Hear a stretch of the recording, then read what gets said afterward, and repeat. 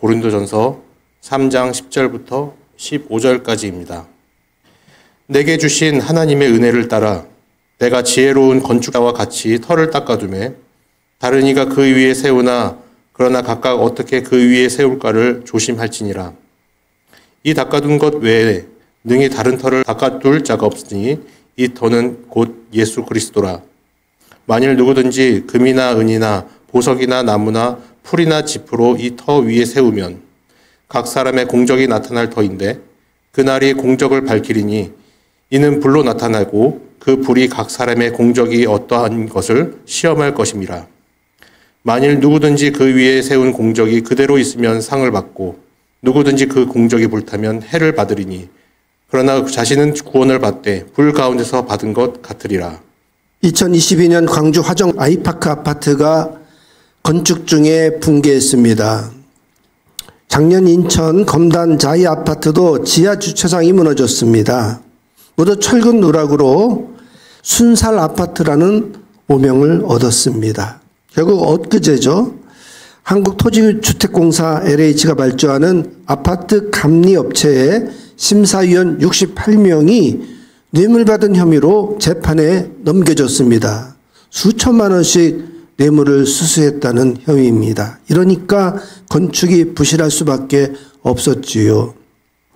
본문의 바울은 고린도교의 터를 닦은 건축가였다고 비유합니다. 10절을 보세요. 내게 주신 하나님의 은혜를 따라 내가 지혜로운 건축자와 같이 터를 닦아두매 다른 이가 그 위에 세우나 그러나 각각 어떻게 그 위에 세울까를 조심할지니라. 바울은 복음의 불모지에 들어가서 예수 믿는 사람들을 만들고 교회를 세웠습니다. 그래서 바울은 자기가 터를 닦는 지혜로운 건축자와 같다고 했습니다. 그 위에 다른 이가 교회를 세우도록 맡겼습니다. 그리고 바울은 또 다른 지역에 복음을 전하기 위해서 떠났습니다. 건축에서 기초공사가 아주 중요합니다. 기초가 없으라면 아무리 좋은 집을 지어도 금이 갑니다. 또 쉽게 허물어집니다. 여름에 방심하면 우리 교회 저 지하 예배실이 곰팡이가 핍니다. 첫 해는 모르고 있다가 곰팡이와 전쟁을 치렀습니다. 지금은 이제 바닥에 보일러 난방을 하고 송풍기로 계속 환기해 주면서 습기를 말리고 있습니다. 지하층의 그 결로의 원인이 바닥의 냉기가 더운 공기와 만나서 생기는 것입니다. 저는 우리 교회 지하 바닥에 물기가 생기는 게 정말 좀처럼 이해가 되지를 않습니다. 멋진 게 건축할 때 먼저 지하에 터를 파고 먼저 버림 콘크리트를 쳤습니다. 한 5cm 두께로 콘크리트를 깔았습니다. 그 위에 철근을 엮어서 기초 콘크리트를 부었어요. 그 두께가 무려 70cm가 넘습니다. 이 정도 깊게 콘크리트를 부었습니다. 그리고는 그 위에 달걀판 같은 배수판을 깔았습니다. 그리고 거기에다 다시 묵은 콘크리트를 부었습니다. 자꾸 이렇게 높여 나가길래 지하 천장이 낮아질까 염려할 정도로 두껍게 깔더라고요. 그리고는 그 위에 다시 스펀지 같은 그 기포 콘크리트를 치는 거예요. 그리고는 그 위에다가 이제 차양막을 깔더니 이제 방통 콘크리트를 또 칩니다. 거기다가 장판 하나 더 깔았죠. 근데도 어떻게 냉기가 또 올라올까요? 그래도 옆벽돌은 이중으로 벽을 했기 때문에 공간을 뒀기 때문에 결로 현상이 그나마 낫습니다. 하지만 여름에 비가 오거나 이렇게 7월 말 8월 초 요 한두 주간은 아주 놔두면은 또 금방 습해져요. 그래서 계속 보일러 난방하고 송풍기를 있는 대로 동원해서 환기하고 있습니다. 기초 콘크리트 붓기 전에 그 밑바닥에 두툼한 스티로폼을 먼저 쫙 한 바닥 깔고 했으면 참 좋았겠다 싶어요. 저는 건축에서 기초공사가 중요한 거를 배웠어요. 그래도 우리 예배당은 외벽이 이 기둥을 대신했기 때문에 두께가 30cm 콘크리트로 지어가지고 웬만한 지진에는 끄떡없게 튼튼하게 잘 지었습니다. 바울은 오직 예수 그리스도를 교회로 기초로 세웠다고 했습니다. 교회 다른 터는 쓸데없습니다. 오직 교회의 기초는 예수 그리스도 뿐이십니다. 본문 11절에 보세요. 이 닦아둔 것 외에 능히 다른 터를 닦아둘 자가 없으니 이 터는 곧 예수 그리스도라. 교회는 예수 그리스도를 구주로 고백하는 신앙 공동체입니다. 우리는 모두 하나님의 자녀들입니다. 그래서 주 안에 한 가족입니다. 여기에 다른 이유나 다른 논리가 끼어들 여지는 없습니다. 오직 예수. 우리는 하나님의 자녀. 우리는 주 안에 한 가족. 이 세 가지가 기독교 교리의 핵심이에요. 다른 거 여기다가 넣어봐야 필요 없습니다. 10절에 보면 다른 이가 그 위에 각각 어떻게 세울까를 조심하라고 했습니다. 교회는 성삼위 하나님께 예배하는 곳입니다. 교회는 또 다른 이에게 복음을 전하는 곳입니다. 교회는 진리인 교리를 가르치는 곳입니다. 교회는 이웃을 돌봅니다. 교회는 서로 사랑하고 교제합니다. 그래서 예배, 선교, 교육, 봉사, 친교 이 5가지가 교회의 기능입니다. 이 5가지 외에 무언가를 더하거나 빼면 이단입니다. 누가 다른 것을 더하거나 빼려고 하면 경계해야 합니다. 기초 위에 세우는 건축 재료들이 있습니다. 12절에 6가지 건축 재료가 소개되어 있습니다. 금이나 은이나 보석이나 나무나 풀이나 짚이 있습니다. 여기 크게 불에 견디는 소재와 불에 타는 소재가 나뉩니다. 금은 보석은 불에 견딥니다. 나무나 풀이나 짚은 불에 탑니다. 당연히 불에 타는 소재가 좋은 거죠. 왜냐하면 그날이 오면 공적을 시험하기 때문이에요. 그날이란 정말 심판을 뜻합니다. 14절에 누구든지 공적이 불타면 해를 받습니다. 그대로 있으면 상을 받습니다. 그러나 비록 공적이 부실해서 불에 타도 기초는 남죠. 기초는 여전히 예수 그리스도에 대한 신앙 고백이므로 자신은 구원받습니다. 그러나 그 구원은 불 가운데서 받는 것과 같다고 했어요. 아주 어렵게 간신히 구원받는다는 뜻입니다. 자, 불에 견디는 재료와 불에 타는 재료는 어떤 걸까요? 불에 견디는 공적은 마지막 죽어서 주님 앞에 섰을 때 가지고 갈 수 있는 것들입니다. 자, 돈 가지고 갈 수 있나요? 건강 가지고 갈 수 있나요? 명예나 높은 지위 가지고 갈 수 있나요? 안타깝지만 이런 것들은 모두 불에 타는 공적들입니다. 교회 다니면서 여러분 뭐가 남습니까? 교회 다니고 예수 믿으면 복받아 부자가 됩니까? 부자 될 수 있어요. 그러나 부자 될 줄 알고 교회 다녔는데 정말로 부자가 된 겁니다. 그러면 주님 앞에 가서 그거 내세울 수 있습니까? 나 부자로 살았습니다. 이렇게 고백하고 그걸로 구원 받을 수 있나요? 불에 타서 없어지는 공력입니다. 교회 다니면 하나님께 예쁨 받아가지고 합격합니다. 합격할 수 있어요. 승진할 수도 있어요. 당선될 수도 있어요. 건강할 수도 있습니다. 명예로울 수도 있고 자녀가 잘 돼서 무병장수하고 잘 살 수 있어요. 그러나 그런 것들은 모두 불의 시험을 통과할 수가 없습니다. 불에 견디는 것으로 불의 시험을 통과해야 합니다. 불에 견디는 공력은 세월이 흘러도 변함없는 것들이죠. 그 첫째가 바로 사명입니다. 둘째는 원칙입니다. 우리는 죽어서 주님 앞에 사명 완수 보고할 수 있어야 합니다. 내가 지금 죽어서 주님 앞에 선다면 당당하게 사명 보고할 수 있겠습니까? 바울은 사명을 위해 달리는 삶을 살았습니다. 빌립보서 3장 12절에 내가 이미 얻었다함도 아니요 온전히 이루었다함도 아니라 오직 내가 그리스도 예수께 잡힌 바 된 그것을 잡으려고 달린다고 했습니다. 바울은 사명에 게을러질 때마다 자신을 채찍질했어요. 고린도전서 9장 27절에 내가 내 몸을 쳐서 복종케 함은 내가 남에게 전파한 후에 도리어 자신이 버림을 당할까 두려워함이라고 했습니다. 바울은 사명을 망치고 주님 앞에 서는 것을 두려워했습니다. 다른 사람들 다 구원받게 해놓고 정작 자신은 버림받는 꿈을 꾸었습니다. 아찔한 생각이죠. 그래서 쉬고 싶을 때, 걷고 싶을 때마다 자신을 채찍질한 거예요.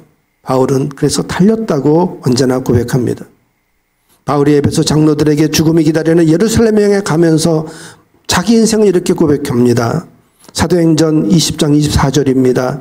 내가 달려갈 길과 주 예수께 받은 사명 곧 하나님의 은혜의 복음을 증언하는 일을 마치려 하면은 나의 생명조차 조금 더 귀한 것으로 여기지 아니하노라. 바울이 이제 순교당할 것을 예감했습니다. 디모데에게 마지막으로 편지를 쓰면서 자기 인생을 이렇게 고백합니다. 디모데후서 4장 7절 8절 말씀에 나는 선한 싸움을 싸우고 나의 달려갈 길을 마치고 믿음을 지켰으니 이제 후로는 나를 위하여 의의 면류관이 예비되었으므로 주 곧 의로우신 재판장이 그날에 내게 주실 것이며. 바울은 불탄의 사명으로 오직 한 영혼을 구하러 다녔습니다. 이 한 가지 오직 복음 전도를 위해서 평생 달렸습니다. 죽음을 예감하고 바울은 자기의 면류관이 예비된 걸 알았어요. 의로우신 재판장이신 예수님이 이 의의 면류관을 주실 줄로 믿었습니다. 사역할 때는 항상 자신의 부족함을 느끼고 좀 더 많이 하려고 열심히 뛰어다니며 복음을 전했어요. 그리고 이제 마지막에 감옥에서 죽음을 기다리면서 그래, 이 정도 했으니까 주님이 나에게 이제 의의 면류관을 주실 줄 믿는다고 고백한 것입니다. 끝까지 믿음과 사명을 지켰기 때문이죠. 예수님도 십자가에서 마지막 운명하실 때 다 이루었다라고 크게 외치셨어요. 예수님처럼 바울처럼 우리도 우리 인생을 이렇게 마무리할 수 있어야 합니다. 지금 이 모습으로는 주님 앞에 서기에 너무나 부족하지 않습니까? 우리는 너무 전도하지 않습니다. 그런데도 앉아 있습니다. 일어서야 됩니다. 달려야 됩니다. 사명은 지금의 삶의 자리에서 하나님이 기뻐하실 일들을 하는 것입니다. 하나님이 나를 통해 하고 싶어 하시는 그 일들을 찾아 순종하는 것입니다. 전도, 봉사, 섬김, 나눔, 헌신 이런 일들이 바로 불에 타지 않은 공적입니다. 저는 멋진 교회를 개척해서 이날까지 목회해 왔습니다. 바울은 교회를 세우고 이내 다른 곳으로 가야 됐기 때문에 그저 터를 닦는 건축가라고 했습니다. 저는 교회를 개척하고 지금까지 남아 목회했기 때문에 터를 닦고 또 그 위에 집을 지은 건축가지요. 불에 견디는 건축 재료를 위해서 목회 원칙 7가지를 정했습니다. 원칙이란 기본 법칙입니다. 이 기본에서 다른 여러 가지 명제들이 나와요. 예를 들면 민주적인 행정이다. 그러면 어느 한 사람이 교회 행정을 독재하지 않는다. 서열 가지고 다투지 않는다. 텃세 부리지 않는다. 어떤 차별도 하지 않는다. 대표위원을 뽑아서 여러 명이 의논해서 합의체를 도출해서 민주적으로 결정한다. 이런 것들이 나온 거예요. 원칙은 세월이 흘러도 변하지 않는 가치여야 합니다. 멋진 교회 목회 원칙 7가지는 멋진 교회의 정체성이에요. 멋진 교회가 어떤 교회인가를 말해줄 수 있는 아주 정확한 진술들입니다. 여러분은 이 목회 철학에 동의해서 멋진 교회 교인이 되었습니다. 모두 한국교회 개혁 과제들을 담고 있습니다. 다른 교회들이 우리 교회의 목회 원칙을 듣고 부러워하고 함께 따를 수 있을 만한 것들이죠. 여러분, 우리는 이것을 자랑스럽게 여겨야 합니다. 불에 타지 않은 금과 은과 보석은 모두 최고의 건축 재료들입니다. 교회를 이런 것들로 지으면 얼마나 멋있겠어요. 솔로몬의 성전이 금과 은으로 지었어요. 저 바리사놀라에 가면은 사그라다 파밀리아 성당이 아주 유명하죠. 가우디라는 사람이 설계를 했어요. 1882년에 착공해가지고 지금 142년째 짓고 있습니다. 내후년이면 완공될 거라고 하는데 완공될지는 모르겠어요. 로마의 성 베드로 대성당도 120년 걸려 지었습니다. 전 세계에 그렇게 입장료 내고 관광 상품이 돼가지고 구경할 만한 성당들이 예배당들이 수두룩합니다. 우리 교회 이름이 하필이면 멋진 교회예요. 입장료까지 내면서 구경하고 싶은 예배당이 많지만 우리 예배당은 뭐 디자인이 독특하고 멋있기는 해도 그 정도까지는 아니죠. 멋진 교회는 건물보다는 내면이 멋져야 됩니다. 성도들의 겉모습이 아니라 저마다 사명을 채워가고 있는 그 모습이 멋져야 됩니다. 이 목회 원칙을 자랑스럽게 여기고 지켜가고 있는 그 모습이 멋져야 됩니다. 후대의 길이 남겨줄 목회 정신으로 본이 될 수 있는 교회를 우리 만들어 갑시다. 멋지다는 이름에 걸맞아지려면 아직은 한참 모자릅니다. 나부터 움직여야 돼요. 함께 모여서 기도하고 세상을 향해 나아갑시다.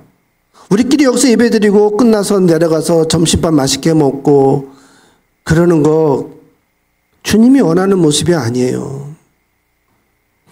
복음을 들고 나가서 교회가 할 일을 하는 것이 중요합니다. 오늘 본문 14절 말씀해 보면 만일 누구든지 그 위에 세운 공력이 그대로 있으면 상을 받는다고 했어요. 상을 못 받으면요? 해를 받아요. 상 받는 거 좋죠. 그런데 해를 받으면 어떡해요? 상 못 받은 거 안타까운 비극입니다. 돌이킬 수 없는 절망이에요. 어제도 올림픽 중계하는 거 잠깐 보니까 한순간에 이게 갈리더라고요. 패자와 승자. 4년 동안 열심히 땀 흘리면서 훈련했는데 그 한순간에 그게 결판나니까 진 선수는 막 울고요. 막 이긴 선수는 막 기뻐가지고 막 메달 땄다고 좋아하고. 근데요, 올림픽에서 저도 괜찮아요. 왜? 4년 후에 또 할 수 있으니까. 신유빈 선수가 어저께 응원했지만 안타깝게 졌어요. 4등이니까 메달을 못 땄어요. 이기면 동메달이라 따는 건데. 일본 선수가 잘하더라고요. 인터뷰하는데 실력의 차이가 나니까 제가 진 겁니다. 제가 그 선수보다 좀 더 훈련하고 더 했어야 되는데 모자랐어요. 다시 훈련해서 다음에 이기면 되는 거죠. 근데 우리는요, 재도전이 없어요. 한 번에 끝나요. 주님 앞에 서가지고 단 한 번의 기회로 상을 받고 해를 받는 거예요. 상 받는 거 참 좋을 겁니다. 근데요, 해 받는 거 끔찍한 거예요. 만약에 해를 받는다면 너무나 비극인 거예요. 인생의 기회는 한 번입니다. 우리 모두 잘해서 반드시 상 받읍시다. 상 받으려면 어떻게 해야 되는지 여러분이 스스로 잘 찾아내서 순종하시기 바랍니다.